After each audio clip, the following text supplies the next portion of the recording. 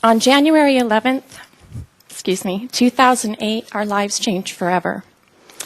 Jordan, then 16 years old, was diagnosed with a rare, vicious, and highly aggressive form of cancer, so aggressive, in fact, that by the time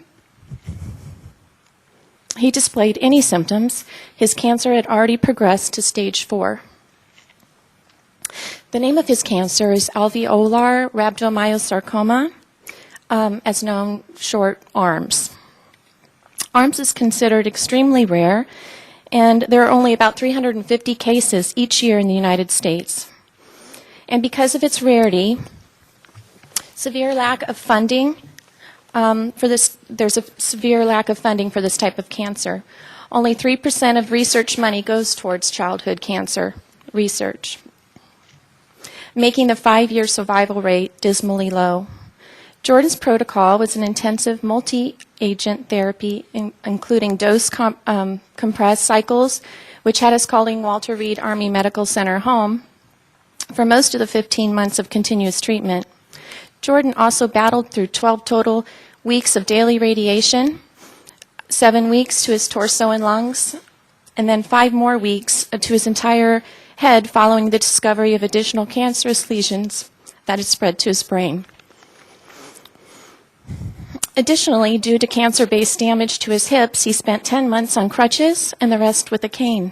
Quite the contrast to the young boy who played at Itsugi Base and the high school cross-country star he had been just months earlier. During our stay at Itsugi, we were aware of the incinerator. It smelled, burned our eyes, and sometimes added a greenish glow to the air around us.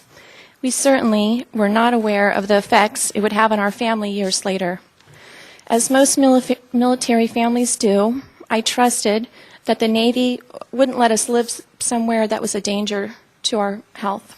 I was wrong. From 1983 to 2001, sufficient and compelling evidence showed that the blend of highly toxic chemicals were released from the Shinkampo incinerator complex, labeled SIC, at levels that far exceeded the EPA's health risk-based guidelines. These chemicals severely contaminated the residential area of Itsugi.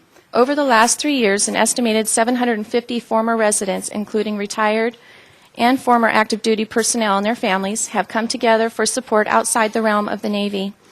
Within this group, at least 61 cancer cases have been reported, all of which have been directly associated with dioxin exposure.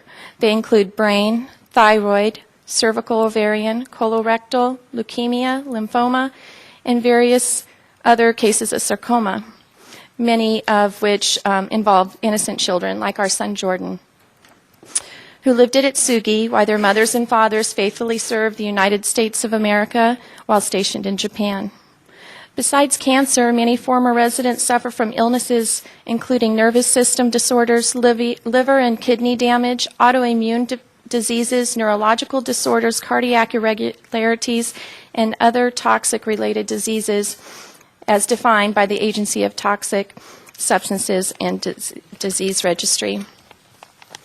In closing, I would like to state that I had the basic human right not to be exposed to the types of toxic chemicals that were highly prevalent at Itsugi. Our military members are proud to dedicate their lives in defense of this great country, and we support them in their mission every day. However, we trusted the Navy to provide safe environment for our family members, but they failed to do so, knowingly housing our families in a toxic waste zone.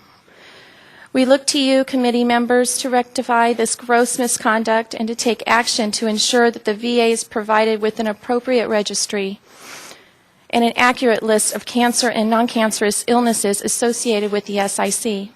We urge you to ensure that all former residents are notified. Finally, we urge you to introduce a bill to enact a new law that allows former Itsugi residents and dependents to receive appropriate VA benefits to include medical care and disability compensation. My son has been fighting for his life, and the journey so far I wouldn't wish on any parent or family. We will never know if this disease was caused or brought about by the exposure of the toxin chemicals at Itsugi. However, the risk imposed to him and my family and lack of proactive risk mitigation is an absolute tragedy. I pray that no other family has to endure the pain of watching their child fight for their lives. Thank you for allowing me to speak today.